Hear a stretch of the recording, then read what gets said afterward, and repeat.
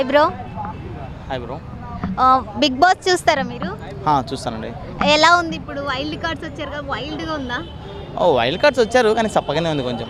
సప్పగా అంటే మాదిరి వచ్చిన తర్వాత కూడా మీకు సప్పగా ఉందంటే ఎలా? కూర సరిగా వండట్లేదు కదా, గంట వండుతుంది ఒకటే కూరని. అంటే మేబీ శ్రీనివాస్ గారు గుర్తొచ్చినట్లున్నారు. ఏమో మరి, నాకైతే కొంచెం సప్పగానే ఉంది. కానీ మా చిట్టి పాప రావడం వల్ల కొంచెం ఎందుకో ఒక గ్రేజ్. ఎందుకు చిట్టి పాప ఇష్టం మీకు? నేను ఆమె ఫ్యాన్ని. కొన్ని ఇష్టాలు ఎందుకు అని చెప్పలేము, ఇష్టాలు అంతే. ఓకే, అంటే వైల్డ్ కార్డ్స్ వచ్చాక గేమే మారిపోయింది అంటున్నారు. ఇప్పుడు రమ్య వచ్చిన తర్వాత ఇంకా మీ యూత్ వచ్చిన తర్వాత గేమ్ మారిపోయింది వాస్తవంగా. ఎందుకంటే మంచి కంటెస్టెంట్ శ్రీజాని కూడా పంపించేశారు కదా, అందుకే గేమ్ మార్చేశారు. అంటే శ్రీజ బ్యాక్ వస్తుంది అని అనుకుంటున్నారు, అంటే అందరూ బంద్ అంటున్నారు కదా. బ్యాక్ వస్తుంది అని నేను చెప్పలేనండి, ఎందుకంటే బయటకు వచ్చేసింది కదా. బయటకు సీక్రెట్ రూమ్లో అక్కడే పెట్టుంటే ఏదోటి తెలుస్తుండే, కానీ బయటకు వచ్చి మరీ వాళ్ళ లూ ఫాల్స్ని తెలుసుకొని మళ్ళీ వెళ్ళేంత ఉందా అంటే ఏమో. బిగ్ బాస్ గాడ్స్ క్రియేట్ లెక్క బిగ్ బాస్ క్రియేట్ అక్కడ, ఆయన ఏమైనా చేయొచ్చు. కాకపోతే ఇప్పుడు గేమ్ పరంగా అయితే ఇమాన్యుల్ కానీ లేకుంటే రామురాతో కొంచెం వెనకబడ్డాడు. డెమాన్ పవన్ కూడా చాలా లో అయ్యాడు. అసలు డెమాన్ పవన్ వస్తున్నాడు అంటే కెప్టెన్సీ టాస్క్ ఏమైనా వస్తున్నాడు అంటే 2 సార్లు కెప్టెన్ అయ్యాడు, అంటే వణుకు పుట్టింది వీళ్ళకి స్టార్టింగ్లో. కానీ అలా లేదు ఇప్పుడు. సంజన గారు తన గేమ్ని చాలా ఇంప్రూవ్ చేసుకున్నారు. భరణి గారు కూడా ఈ రిలేషన్లో వెళ్ళకుండా, చెల్లి కూతురు అనే రిలేషన్లో వెళ్ళకుండా మంచిగా తన గేమ్ తను ఆడుకుంటే బెటర్. ఎందుకంటే అందరూ ఉన్న వాళ్ళమే. బాండింగ్ అనేది ప్రతి ఒక్కరిలో ఉంటుంది కదా, మరి ఆయన్ని ఎందుకు కార్నర్ చేస్తున్నారు ప్రతి ఒక్కరు? ఇప్పుడు బాండింగ్ అనేది ఏంది, ఇంట్లో అమ్మ నాన్న చెల్లి కూతురు బిడ్డ తమ్ముడు అమ్మ అందరూ ఉంటారు. అందరూ ఉన్న తర్వాత మళ్ళీ బిగ్ బాస్ హౌస్కి వెళ్ళి మళ్ళీ కొత్తగా బాండింగ్ చేయడం అంటే, ఇప్పుడు మీరు నేను ఉన్నాము, అమ్మ నా కూతురు తండ్రి క్యారెక్టర్ బాండింగ్లో ఉన్నాం అనుకోండి. ఫర్ సపోజ్ లాస్ట్లో కప్పు గెలిచేటప్పుడు ఖచ్చితంగా మిమ్మల్ని ఎలిమినేటే చేయాలి నేను, నాకే ఆ ఛాన్స్ ఉంది. నా కూతురుగా నేను ఎలిమినేట్ చేస్తాను నేను. మరి అప్పుడు కూతురు బాండింగ్ ఉన్నప్పుడు ఎట్లా ఎలిమినేట్ చేస్తాడు? ఎందుకంటే అక్కడ వచ్చింది గెలవడం కోసం, ఆడడం కోసం. కాబట్టి ఆ బాండింగ్ కొంచెం తగ్గించుకోండి. బాండింగ్ వరకు ఓకే, ఫ్రెండ్స్ వరకు ఓకే, సరే అన్న చెల్లెలు అట్లాంటివి కూడా ఓకే, కానీ మరి అంత బాండింగ్లు పెంచుకొని వెళ్ళాల్సినంత అవసరం లేదేమో అని నా డౌట్. ఓకే, అయితే మాదిరి వచ్చిన తర్వాత మాత్రం హౌస్లో అందరూ భయపడుతున్నారు అంటున్నారు. ఎందుకు భయపడుతున్నారు? భయం కాదు, యాక్చువల్గా వెటకారంగా చెప్తుంది ఆమె. చాలా అంటే అందరూ భయపడుతున్నారు కదా. ఒక కెప్టెన్గా పవన్ కూర్చొని మాట్లాడినట్టు నువ్వు చెప్తే నేను కూర్చోవాలా? వెటకారమే కదా, కూర్చుంటే కానీ మాట్లాడరా.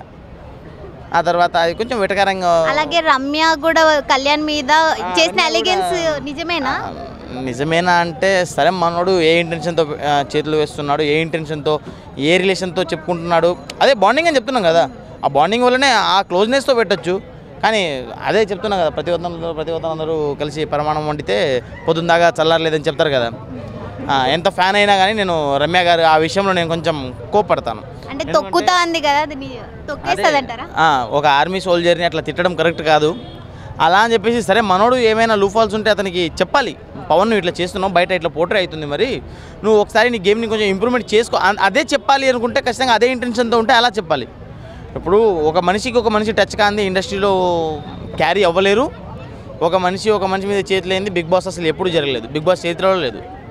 అలాగే కళ్యాణ్ ఇప్పుడు రీసెంట్గా శ్రీజ పోయినప్పుడు కూడా అందరికీ హగ్గులు ఇచ్చిపోయింది, మరి కొత్తగా వచ్చినప్పుడు వాళ్ళకు కూడా హగ్ ఇచ్చింది. అలా అంటే వీళ్ళు ఏదో సంథింగ్ ఏదో ఊహించి మరి హగ్గులు ఇస్తున్నట్ట.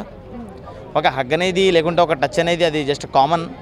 దాన్ని కూడా అంతలా హేట్ చేయడం కరెక్ట్ కాదని నా ఉద్దేశం.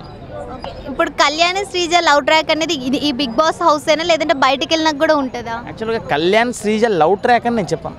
ఎందుకంటే కళ్యాణ్ మనసులో ఏమనుకుంటున్నాడు, చెల్లి అనుకుంటున్నాడేమో, ఫ్రెండ్ అనుకుంటున్నాడేమో. తను చెప్పింది కదా, as you are my best friend రా అని, ఫ్రెండ్ అనుకుంటున్నాడేమో. అంటే కళ్యాణ్ మాత్రం తనని లవ్ చేస్తున్నా అన్నట్టు ప్రపోజ్ కూడా చేసిన ఒక ఎపిసోడ్లో మనం చూసుకుంటే. అవే చెప్తున్నాను కదండి, బిగ్ బాస్ ఆడిస్తున్న ఆట అంటారా? బిగ్ బాస్ ఆడిస్తున్న ఆట అంటారా? అంతే, బిగ్ బాస్ ఆడిస్తున్న ఆటే ఖచ్చితంగా. అంటే అది స్క్రిప్టెడ్ అని చెప్పి నేను చెప్పను, బట్ అది ఒక పార్ట్ ఆఫ్ గేమ్ కాబట్టి ఏదైనా జరగచ్చు. అంతెందుకు ఇప్పుడు సుమన్ శెట్టి కానీ శెట్టి అన్న అని పిలుస్తుంది తనుజ. మరి ఆ రోజు జరిగిన ఒక టాస్క్లో సుమ్ము బేబీ అని చెప్పేసి ప్రపోజల్ కూడా జరిగింది. మరి దాన్ని ఏమంటారు? ఓకే, చెప్తున్నాను, నువ్వు స్క్రీన్ ముందు ప్రజల్ని ఎంటర్టైన్మెంట్ చేయడం కోసం 100 మాటలు చెప్తాము. ఆ 100 మాటలు చెప్పిన తర్వాత ఏదైనా జరగచ్చు. సో ఓకే, బిగ్ బాస్లో ఈ సీజన్లో ఎవరు విన్ అవ్వచ్చు? వెళ్ళింది కదా మా పాప చిట్టి పికిల్స్. ఇంకేంది భయం మీకు? అంటే చిట్టి పికిల్స్ పాపనే విన్ అంటారా? ఆమెనే విన్ను. అని నేను చెప్తాను. కాకపోతే ఆమె ప్రజలు కూడా యాక్సెప్ట్ చేయాలి. బట్ ఈసారి సోల్జర్ పవన్ కూడా ఒక మంచి ఫ్లోలో ఉన్నాడు కాబట్టి మనోడు ఛాన్సెస్ ఉంది. అలాగే సెలబ్రిటీస్ నుండి కూడా తనుజ ఉంది, ఇమానుయల్ ఉన్నారు. ఓకే, వీళ్ళలో ఎవరైనా రావచ్చు. లాస్ట్ వరకు యూత్ అంతా అలేఖ్య, చిట్టి పికిల్స్లో రమ్య పాప కేవలం జిమ్ వీడియోస్ చూడడానికి ఎదురు చూస్తున్నారంటే మీరు కూడా అంతేనా? లేదండి, నేను అలా ఆ యాంగిల్లో లేను. జిమ్ వీడియోస్ చూడాలి అనే యాంగిల్లో లేను. బట్ కండలు బాగుంటాయి. బట్ ఏంటంటే జిమ్ వీడియోలు చూడాలి అనే చూడకుండానే కండలు బాగున్నాయని చెప్తున్నారు. నేను ఏదో రీల్లో చూశాను. బట్ పాప ఎట్లా అంటే నాకు ఒక క్యారెక్టర్ పరంగా కొంచెం ఇష్టం. ఎందుకంటే తను అంత హేట్ రేట్ని కూడా తీసుకున్నారు, వాళ్ళంత హేట్ రేట్ని తీసుకున్నారు, అన్ని ట్రోల్స్ తీసుకున్నారు.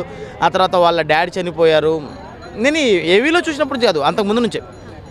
నేను ఏవీ కన్నా ముందు నుంచే చాలాసార్లు చిటిపాప రావాలని చెప్పేసి నేను కెమెరా ముందు చెప్పాను. అయితే ఏంటంటే ఇంత హేట్ రేట్ని తీసుకున్నారు, ఆ స్ట్రగుల్స్ నుంచి బయటకు వచ్చి ఆ స్ట్రగుల్స్ పడ్డారు.